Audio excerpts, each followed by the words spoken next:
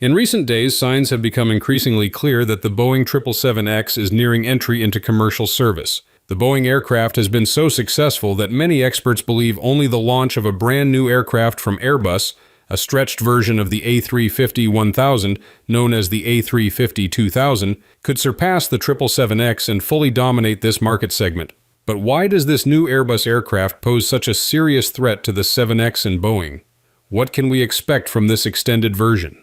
Let's find out. The A350 has long been a cornerstone of Airbus's wide-body strategy. Originally developed in the early 2000s to meet the demands of a growing market, the aircraft entered commercial service in 2015 with the A350-900 variant. Since then, the A350 family has expanded to include several versions: the long-range A350-900, the higher-capacity A350-1000, and even ultra-long-range ULR models. However, with the A380 program officially discontinued and the Boeing 747 gradually fading into history, the A350 now stands as one of the few modern long-haul wide-body programs still in production. The launch of version 2000 is not only logical but necessary. It comes at a time when the industry has decisively shifted away from four-engine giants like the A380 and 747, favoring fuel-efficient twin jets. This trend is driven by volatile fuel prices, the higher maintenance costs of additional engines, and major advances in twin-engine technology, allowing these aircraft to fly farther and carry more. Still, some airline executives and analysts believe the market for high-capacity aircraft is not dead.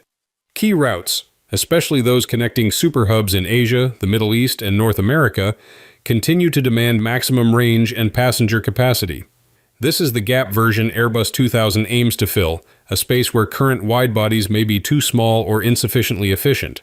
Moreover, the A350's biggest competitor, Boeing's 777X, has served as a sobering wake-up call for Airbus.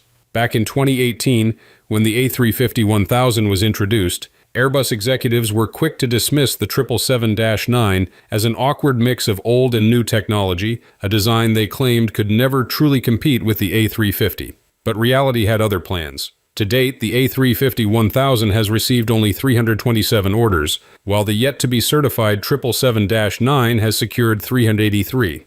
A serious threat, especially to an aircraft like the A350 that has long proven its safety and operational efficiency. This is why launching a larger aircraft is not just a timely opportunity, it's a crucial move in a high-stakes battle for market dominance. So what exactly can we expect from this new version? Let's take a closer look, but hold on, still with us? It's about to get even more surprising.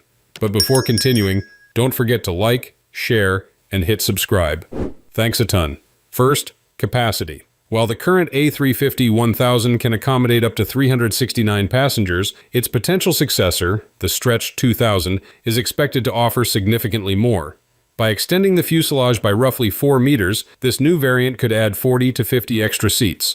That would bring its total capacity to around 450 passengers, putting it in direct competition with the Boeing 777X, which holds between 426 and 450 passengers depending on configuration, and reshaping the balance of power in the large twin-engine aircraft market. This isn't just about adding seats, it's about redefining what a high-capacity, long-range aircraft can achieve. As Airbus's CEO stated, the new A350 variant will offer even greater range and capacity, which is increasingly important in a more crowded aviation market. That message underscores that the new aircraft is not merely a technical upgrade, it's a bold strategic move to claim a larger share of long-haul routes and give airlines a new tool in the battle for high-efficiency, high-volume operations. Second, in terms of design, this stretched variant is expected to receive substantial aerodynamic and structural upgrades. One of the most significant enhancements could be a modified wing design to improve lift and fuel efficiency, two critical factors for long-haul operations.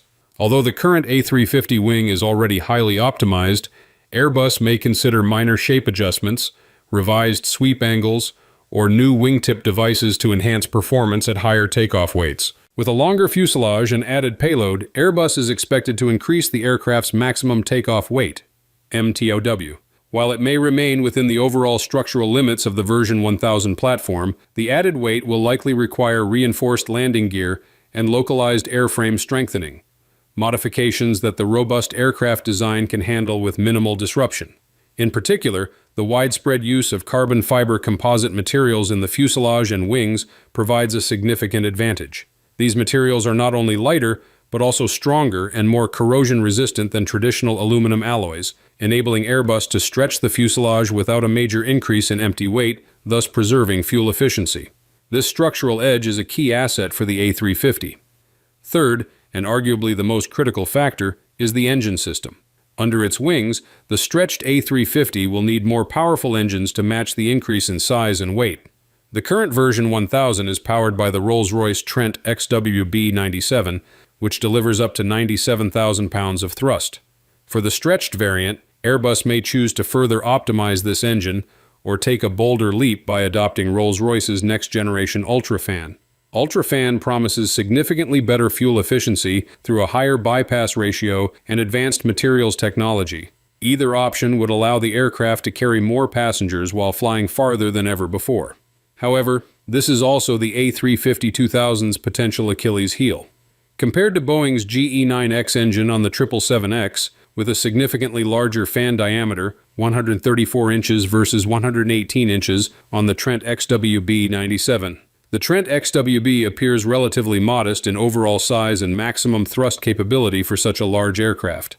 While the Trent XWB has performed efficiently on the A350-1000, it may become a limiting factor for a stretched and heavier version like the A350-2000, which will demand more thrust to maintain optimal performance and range. This puts Airbus and Rolls-Royce in a challenging position. Either push the current XWB platform to its technical limits through reinforced materials, optimized internal components for higher temperatures and pressures, or improved control algorithms, or take the leap to the next-gen UltraFan. While UltraFan offers superior efficiency, it's also a completely new technology that carries early-stage reliability risks and significant development costs, yet the potential payoff is substantial, providing Airbus with a truly competitive aircraft to challenge the 777X in the risky wide-body segment for years to come. More power also means more range. With the right engine configuration, the A350-2000 could easily handle non-stop flights on some of the world's longest and most demanding routes, such as Singapore to New York or Los Angeles to Johannesburg. That capability would give airlines the flexibility to serve high-density markets with fewer stops, lower fuel consumption per seat, and higher overall efficiency. This is especially attractive to long-haul focused carriers and major hub operators. Even with its ambitious goals, this version will still benefit from Airbus's existing technical foundation. The fuselage will feature strategically placed frames and reinforced load-bearing structures to manage added stress. To comply with safety regulations for increased passenger capacity, the aircraft will also require an additional Type C emergency exit, a crucial design element for fast evacuation in emergencies. If Airbus can focus development efforts on stretching the fuselage without major changes to wing architecture or propulsion systems, the path to certification may prove surprisingly smooth. However, the true measure of success will come down to economics. Can Airbus deliver increased capacity without driving up operating costs? That remains the central question, and one that could shape the next decade of long-haul travel. However, before addressing questions about costs and technical barriers, Airbus now faces a bigger question. Is there still room in the market for a massive aircraft like the A350-2000? Most airlines with high-capacity needs have already committed to the existing A350-1000 or Boeing 777X. While potential customers like Emirates may continue to express interest in a larger aircraft due to their mega-hub model and extremely high-density routes, Emirates remains an exception rather than the rule.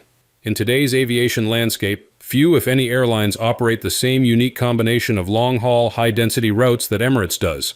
This puts Airbus in a difficult position. Is the A350-2000 truly a solution grounded in market demand, or simply a technical response to Boeing's growing dominance?